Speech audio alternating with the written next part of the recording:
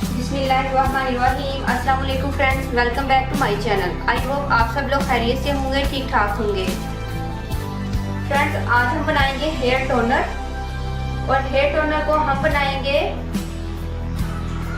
Carat और aloe vera के साथ। जी फ्रेंड्स, तो चलिए फ्रेंड्स इसको बनाना स्टार्ट करते हैं और साथ साथ आपको इसके बेनिफिट्स भी बताते जाएंगे। फ्रेंड्स, सबसे पहले हम लेंगे कैरेट जूस। फ्रेंड्स, मैं आपको थोड़ी सी क्वांटिटी में बनाना बता रही हूँ, आपने अपने हेयर्स के हिसाब से बना लेना है। और फ्रेंड्स, फ्रेश एलोवेरा जेल हम ऐड करेंगे इसके अंदर।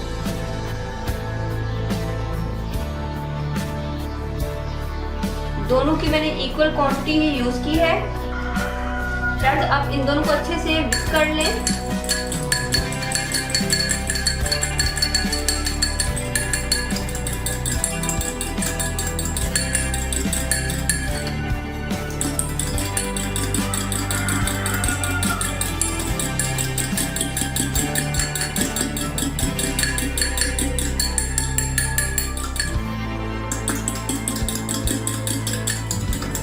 जी फ्रेंड्स, हमारा हेयर टोनर रेडी है।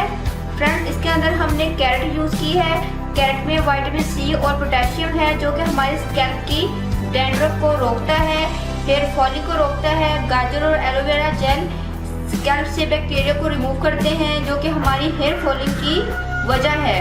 और फ्रेंड, डैंड्रफ को रिमूव करता है। कैरेट में न्यूट्रल्स होते हैं जो कि डैमेज फॉलिकल्स को रिपेयर करते हैं। एलोवेरा जेल विटामिन ई रखती है जो कि फॉलिकल्स को प्रिवेंट करता है। एलोवेरा एंटीऑक्सीडेंट, इसके साथ ही एलोवेरा जेल जो है ये एंटीऑक्सीडेंट भी है। तो फ्रेंड्स, अब आप खुद अंदाज़ा लगा सकते हैं कि हमारे बालों के लिए कैरेट और एलोवेरा का कॉम्बिनेशन कितना ज़्यादा बेस्ट है। आपका ये हेयर टोनर बहुत ही बेस्ट है। फ्रेंड्स, आपने नहाने से 1 घंटा पहले इसको हेयर टोनर को अपने स्कैल्प में मसाज करना है। अच्छे से मसाज करने के बाद आपने इसको आधे घंटे के लिए या 1 घंटे के लिए छोड़ देना है ताकि हमारी रूट्स के अंदर ये अच्छे से पेनिट्रेट हो जाए और हमारे स्कैल्प की कारकर्दगी को ये बेहतर बनाए। तो फ्रेंड्स, उसके बाद आप शावर ले लीजिएगा किसी अच्छे माइल्ड शैम्पू से अपने बालों को धो लीजिएगा। तो फ्रेंड्स, आप इसको ट्वाइस भी कर सकते हैं या आप इसको वंस भी कर सकते हैं, या आपको बहुत ज़्यादा फायदा देगा।